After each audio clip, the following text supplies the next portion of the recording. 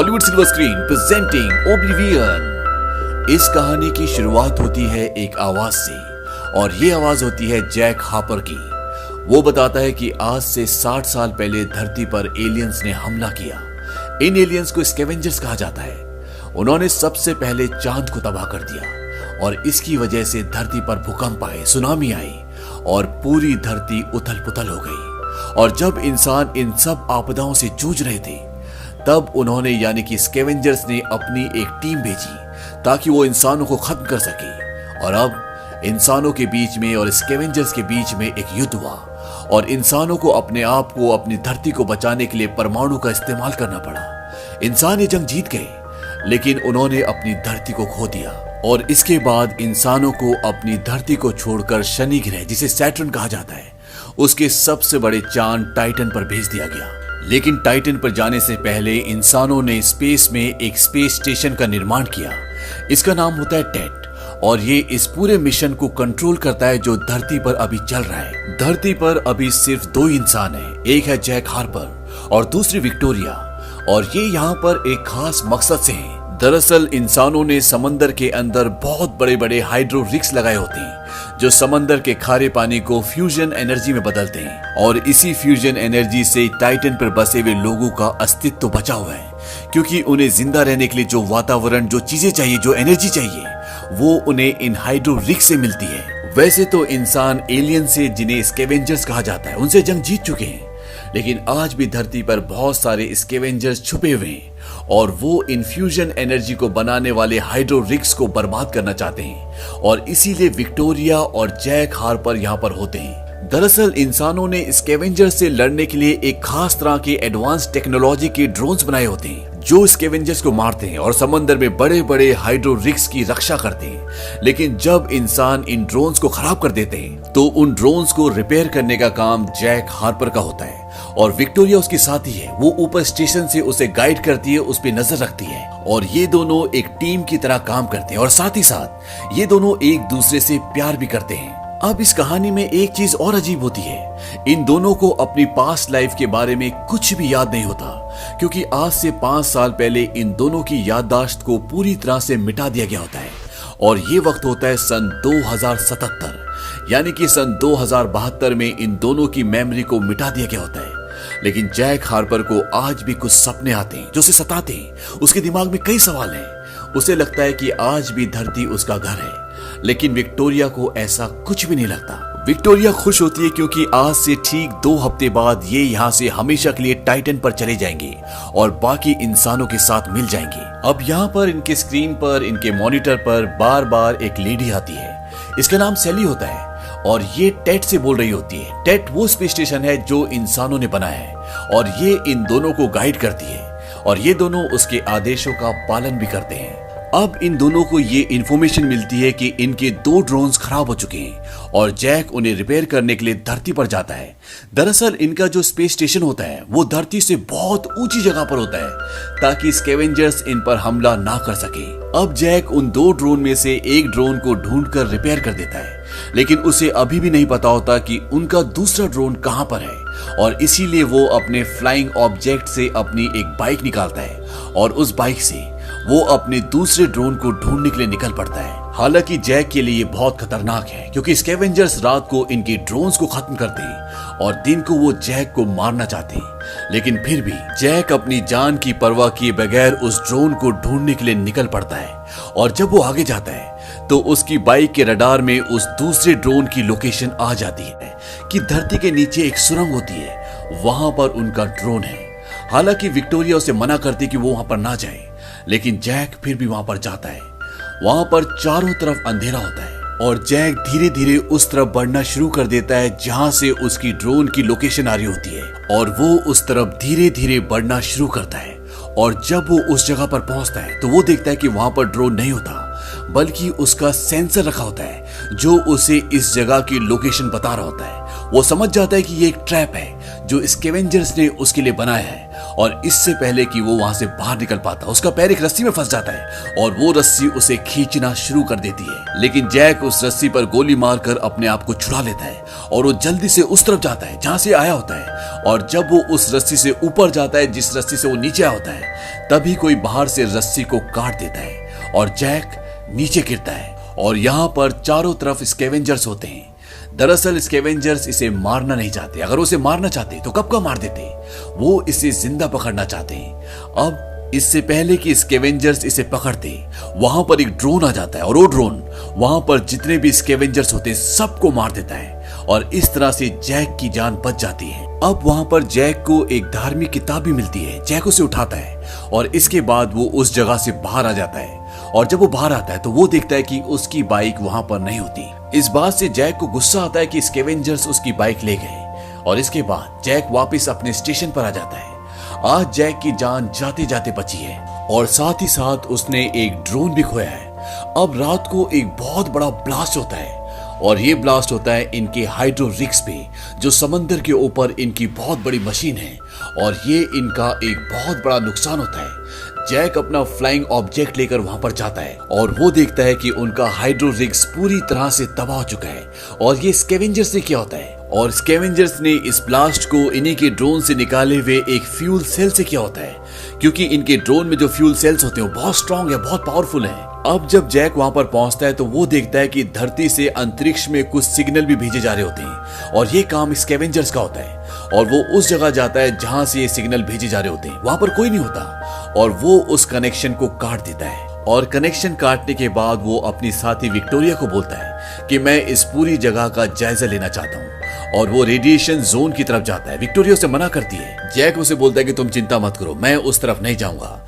दरअसल यहाँ पर एक रेडिएशन जोन होता है और उस रेडिएशन जोन को इन्हें पार करना अलाउ नहीं होता। इनके मुताबिक अगर ये उस पार जाएंगे तो ये जल जाएंगे और इसीलिए जैक ने कभी भी इस रेडिएशन जोन के बॉर्डर को पार नहीं किया होता।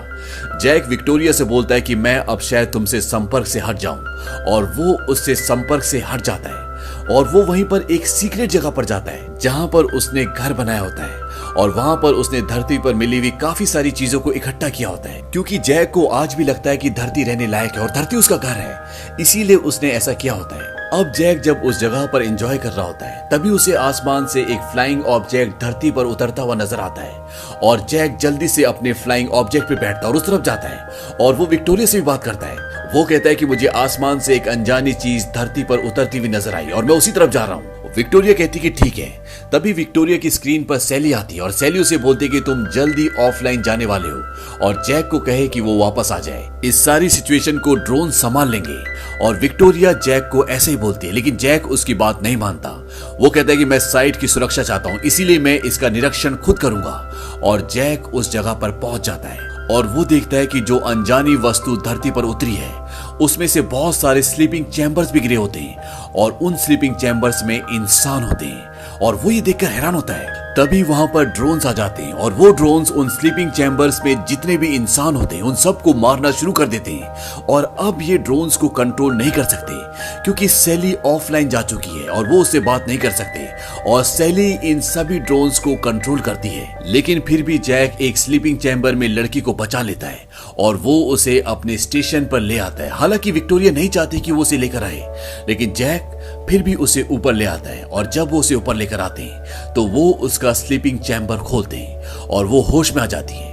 वो बहुत कमजोर होती है क्योंकि वो कई सालों से इस स्लीपिंग चैम्बर में सोई हुई है। वो बताती है कि मेरा नाम जूलिया है और वो विक्टोरिया को और जैक को बहुत हैरानी से देखती है। विक्टोरिया उसे बताती है कि तुम्हारी टीम में से अब कोई भी नहीं बचा और वो उसे ये भी बताती है कि तुम पिछले 60 सालों से गहरी नींद में हो और इन 60 सालों में धरती पूरी तरह से बदल चुकी है। अब धरती पर कोई इंसान नहीं है, सब के सब टाइटन पर जा चुके हैं। वो उसे पूछते हैं कि तुम्हारे साथ क्या हुआ था, लेकिन जूलिया उन्हें कुछ भी नहीं बताती। वो कहती कि सबसे पहले मुझे अपना फ्लाइट रिकॉर्डर चाहिए और फ्लाइट रिकॉर्डर अभी भी नीचे होता है जहां पर इनका क्रैश हुआ है और रात को वहां जाना खतरे से खाली नहीं है क्योंकि स्कैवेंजर्स रात को ही घूमते हैं, इसीलिए रात को वहां पर नहीं जा सकते। अब जब विक्टोरिया और जैक अकेले होते हैं, जैक विक्टोरिया से पूछता है क्या तुम्हें मिशन से पहले का कुछ भी याद है, क्योंकि इनकी मेमोरी को वाइप यानी कि मिटा दिया गया होता है।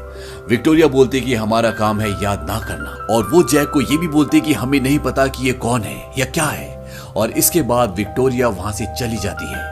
विक्टोरिया के जाने के बाद जैक जूलिया के पास जाता है। जूलिया जैक से पूछती है कि अब क्या होगा। जैक उसे बताता है कि सुबह टेट ऑनलाइन हो जाएगा, उसके बाद वहां से कोई आएगा और तुम्हें यहां से ले जाएगा। जूलिया पूछती है टेट से। जैक बोलता है कि हाँ। जूलिया से बोलती है कि मुझे अपना फ्लाइट रिकॉर्डर चाहिए। हालांकि जैक नहीं जाना चाहता, लेकिन जूलिया उसे मना लेती है और विक्टोरिया की इजाजत के बिना ये दोनों वहां पर चले जाते हैं। और जब भी वहां पर जाते हैं तो इन्हें इनका फ्लाइट रिकॉर्डर मिल जाता है, लेकिन तभी वहां पर स्कैवेंजर्स आ जाते हैं और वो जैक को बेहोश कर देते हैं और अब जैक उनके कब्जे में है। और जब सुबह जैक की आंखें खुलती है तो वो देखता है कि उसे एक स्पॉटलाइट पर बिठा रखा होता है और उसके सामने अंधेरे में कोई बैठा होता है। और तभी वहां से आवाज आती है, मैं तुम्हें काफी समय से देखता रहा हूं, तुम हमेशा उत्सुक रहे हो, तुम क्या जानने की कोशिश कर रहे हो जैक। जैक कहता है कि मेरी यादों को मिटा दिया गया है, तुम मुझसे कुछ भी नहीं जान पाओगे। वो आवाज कहती है कि मैं जानता हूं कि तुम्हारी यादों को मिटा दिया गया है, तुम्हारी बेशकीमती यादें, क्योंकि कहीं वो गलत हाथों में न लग जाए, इसीलिए। वो आवाज उसे कहती है क्या तुमने कभी स्कैवेंजर्स को देखा है।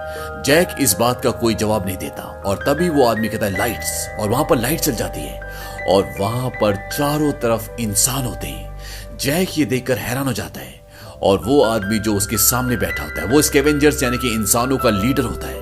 वो कहता है कि जैक, हम एलियंस नहीं हैं, हम इंसान हैं और जिन ड्रोन्स को तुम रिपेयर करते हो वो इंसानों को मारने के लिए बनाए। तुमने देखा उन स्लीपिंग चैम्बर्स में जो लोग थे, उन ड्रोन्स ने उनके साथ क्या किया। और इसके बाद मैल्कॉम जो कि इंसानों का लीडर है वो उसे एक ड्रोन के पास ले जाता है और वो जैक को बोलता है कि हमारे पास एक न्यूक्लियर बॉम्ब है और एक ड्रोन भी है, लेकिन इस ड्रोन को हम एक्सेस नहीं कर सकते क्योंकि ये ड्रोन हमें नहीं जानता, लेकिन तुम्हें जानता है और हम चाहते हैं कि तुम इस ड्रोन को यहां से सीधा टेट तक भेजो। दरअसल इनका प्लान ये होता है कि ये इस ड्रोन के अंदर एक न्यूक्लियर बॉम्ब रखेंगे और ये ड्रोन न्यूक्लियर बॉम्ब को टेट स्पेस स्टेशन तक ले जाएगा और उसे ब्लास्ट कर देगा। जैक बोलता है कि वहां पर भी इंसान ही हैं और जैक ड्रोन को प्रोग्राम करने के लिए मना कर देता है। तभी इन्हीं में से एक आदमी जैक को गोली मार देता है, लेकिन उसके पास इतना स्ट्रॉन्ग सूट होता है कि उसे कुछ नहीं होता। और अब यहाँ पर ड्रोन्स आ चुके हैं क्योंकि उन्हें जैक के डीएनए से यहाँ का रास्ता पता चल चुका होता है। ड्रोन्स बाहर होते हैं और ये लोग उन ड्रोन्स को गिराने के लिए, उन्हें मारने के लिए बाहर चले जाते हैं और मैल्कम जैक और जूलिया को दूसरे रास्ते से बाहर ले जाता है और वो जैक को बोलता है तुम रेडिएशन वाले जोन में क्यों नहीं जाते, मैं वहां जा चुका हूं, तुम्हें सच वहीं मिलेगा। वहां बाहर जैक की वो बाइक भी होती है जो एक बार गायब हो चुकी होती है और मैल्कम उन दोनों को वो बाइक दे देता है और जैक और जूलिया उस बाइक से वहां से निकल जाते हैं। लेकिन बाइक से कुछ देर सफर करने के बाद उनकी बाइक की बैटरी डाउन हो जाती है और उन्हें वहां से पैदल जाना पड़ता है। अब वहां पर एक एम्पायर स्टेट बिल्डिंग होती है और जैक और जूलिया उस बिल्डिंग के अंदर चले जाते हैं। अब तक विक्टोरिया को भी ये पता चल जाता है कि जैक सही सलामत है और वो उसके फ्लाइंग ऑब्जेक्ट को उसकी तरफ भेज देती है। यहाँ पर जैक जूलिया से पूछता है कि तुम कौन हो, तुम उस फ्लाइंग ऑब्जेक्ट जिसका नाम ओडेसी है जो क्रैश हुआ था उस पर क्या कर रही थी। जूलिया जैक को बताती है कि ये टाइटन पर जाने वाली रिसर्च फ्लाइट थी और ये मेरी पहली फ्लाइट थी, लेकिन लॉन्च होने से 6 हफ्ते पहले हमें स्कैनर पर एक एलियन शिप यानी कि एलियन ऑब्जेक्ट नजर आया और हम सबको डेल्टा स्लीप में डाल दिया गया और तुम भी हमारे साथ उस मिशन में थे। शायद उन्होंने सबसे पहले तुम्हें और विक्टोरिया को जगाया होगा और जो एलियन ऑब्जेक्ट हमें स्कैनर पर दिखा था वो और कोई नहीं बल्कि टेट था। उसकी बातों पे जैक को यकीन नहीं होता। वो कहता है कि ऐसा नहीं हो सकता, मुझे ये बताओ कि तुम कौन हो। और तब जूलिया उसे बताती कि मैं तुम्हारी वाइफ हूं और ये सुनने के बाद जैक शॉक्ड हो जाता है और तब जूलिया उसे बताती कि मुझे नहीं पता कि तुम्हें क्या हो गया, लेकिन अब तुम वो नहीं हो जो पहले थे। और जूलिया उसे एक अंगूठी दिखाती है और ये वो अंगूठी होती है जो जैक ने कभी उसे दी थी और उस अंगूठी को देखने के बाद जैक को सब कुछ याद आ जाता है। उसे याद आ जाता है कि वो उसकी पत्नी है और जब उसे गले लगाता है तभी वहां पर उसका फ्लाइंग ऑब्जेक्ट आ जाता है और उस फ्लाइंग ऑब्जेक्ट में कैमरास होते हैं और उन कैमरास के थ्रू विक्टोरिया देख लेती है कि जैक जूलिया को गले लगा रहा है और उसे लगता है कि जैक उसे धोखा दे रहा है। लेकिन अब जैक को पता है कि टेट एक एलियन ऑब्जेक्ट है, इसीलिए वो जल्दी से जूलिया को लेकर अपने स्टेशन पर पहुंचता है। लेकिन विक्टोरिया दरवाजा नहीं खोलती। जैक उसे समझाने की कोशिश करता है लेकिन विक्टोरिया कुछ भी नहीं सुनना चाहती और वो टेट से संपर्क करती है। टेट को बोलते कि हमारे बीच में अब कुछ भी अच्छा नहीं रहा। टेट से सैली की आवाज आती है, क्या तुम अभी भी एक इफेक्टिव टीम हो? और विक्टोरिया बोलती कि नहीं, हम इफेक्टिव टीम नहीं है। और तभी वहां पर दरवाजे खुल जाते हैं और वहां पर एक बहुत बड़ा ड्रोन होता है और वो ड्रोन बाहर आता है और विक्टोरिया को मार देता है और इसके बाद वो जैक को भी मारने वाला होता है। लेकिन तभी जूलिया जैक के फ्लाइंग ऑब्जेक्ट पर बैठ जाती है और वहां से गोलियां चलाती है, जिससे वो ड्रोन ऑफ हो जाता है और इस तरह से जैक की जान बच जाती है। तभी मॉनिटर पर स्क्रीन पर सैली आती है और जैक उससे बोलता है कि तुमने क्या किया, तुमने विक्टोरिया को मार दिया। वो कहती है कि कभी कभी हालात काबू से बाहर हो जाते हैं, हमारे पास तुम्हारे लिए एक नया मिशन है, तुम इस नई सर्वाइवर को जिसका नाम जूलिया है इसे लेकर ऊपर टेट पर आ जाओ। लेकिन जैक वहां से जूलिया को लेकर अपने फ्लाइंग ऑब्जेक्ट पर निकल जाता है और अब जैक का पीछा काफी सारे ड्रोन्स करते हैं क्योंकि वो उसे मारना चाहते हैं, लेकिन जैक भी उन पर हमला करता है और इसी मुठभेड़ में जैक रेडिएशन वाले इलाके में चला जाता है। ये दोनों के दोनों अब उस इलाके में हैं जहां पर ये आज से पहले कभी भी नहीं गए। अब ये पूरा एक रेगिस्तान होता है और वहां पर जैक ये देखता है कि एक आदमी एक ड्रोन को रिपेयर कर रहा होता है और वो भागता हुआ उसकी तरफ जाता है और उसे मना करता है और तभी वो आदमी जैक के ऊपर गन तान देता है। और जब जैक उस आदमी की शक्ल देखता है तो वो पूरा स्तब्ध हो जाता है क्योंकि वो जैक का ही एक दूसरा रूप होता है, हुबहू जैक। ये दोनों के दोनों एक दूसरे को देखकर हैरान होते हैं और इन दोनों के बीच में लड़ाई होती है और इसी लड़ाई के बीच एक गोली चल जाती है और वो गोली जूलिया को लग जाती है। लेकिन जो जैक होता है वो दूसरे यानी कि अपने क्लोन को किसी तरह से बेहोश कर देता है और अब जैक को अगर जूलिया को बचाना है तो उसको मेडिकल किट किसी भी हालत में लानी होगी। और जैक देखता है कि वहां पर जो फ्लाइंग ऑब्जेक्ट होता है उसमें लिखा होता है टेक 52 और जैक का नंबर होता है टेक 49। जैक उस फ्लाइंग ऑब्जेक्ट पर बैठता है और कहता है मेरा नाम है जैक हार्बर, टेक 52, और वो एक्सेस कर जाता है और वो उस फ्लाइंग ऑब्जेक्ट पर बैठकर उनके स्टेशन पर जाता है। और जब वहां पर जाता है और मेडिकल किट लेकर वापस आ रहा होता है तो वहां पर उसको विक्टोरिया भी मिलती है। हालांकि इनके स्टेशन पर विक्टोरिया मर चुकी है, लेकिन यहाँ पर एक और विक्टोरिया होती है। जैक उसे बोलता है तुम मेरे साथ नीचे क्यों नहीं चलती, लेकिन विक्टोरिया मना कर देती है। वो कहते हैं कि ये रूल्स के खिलाफ है और जैक वहां से मेडिकल किट लेकर वापस आ जाता है और वो जूलिया को, अपनी वाइफ को, उस मेडिकल किट से ठीक करके सीधा मैल्कम के पास जाता है। मैल्कम जो इंसानों का लीडर है और अब वो सारा सच जान चुका है, वो इंसानों का साथ देना चाहता है और जो ड्रोन उनके पास होता है जिसके अंदर न्यूक्लियर बॉम्ब होता है वो उसे प्रोग्राम करता है ताकि वो टेट तक जाए और टेट को पूरी तरह से निश्तो नाबूद कर दे।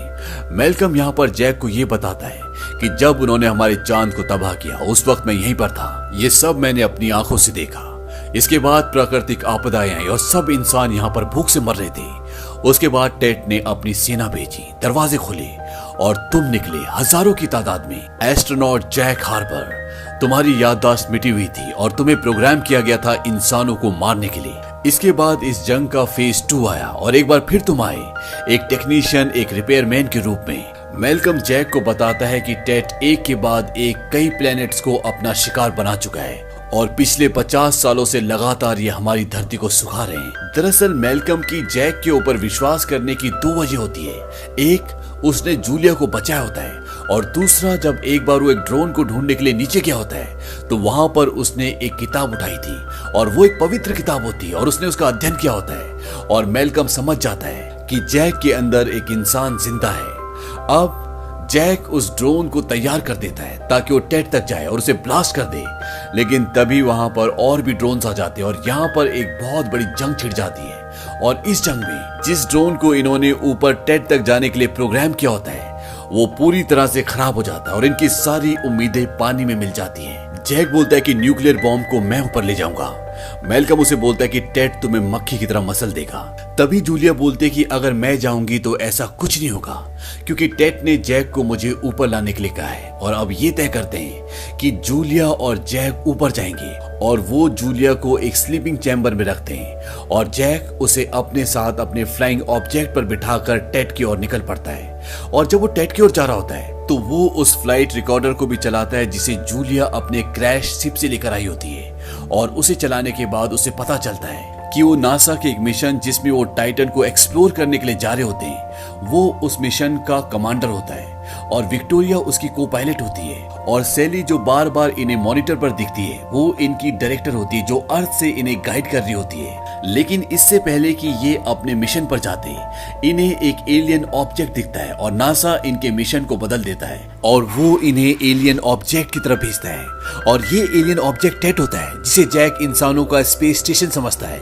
और जब इनकी पूरी टीम टेट के आसपास पहुंचती है तो इनका नियंत्रण इनके स्पेसशिप से छूट जाता है और इनके स्पेसशिप को अब टेट नियंत्रण कर रहा होता है और वो इनके स्पेसशिप को अपनी ओर खींच रहा होता है। लेकिन तभी जैक अपने स्पेसशिप के उस हिस्से को अलग कर देता है जिसमें बाकी लोग स्लीपिंग चैम्बर्स में सोए होते हैं, और वो हिस्सा उनके स्पेसशिप से अलग हो जाता है और वो 60 सालों तक अंतरिक्ष में घूमता रहता है। और ये वही हिस्सा होता है जिसमें कुछ ही दिनों पहले जूलिया अर्थ पर आई थी।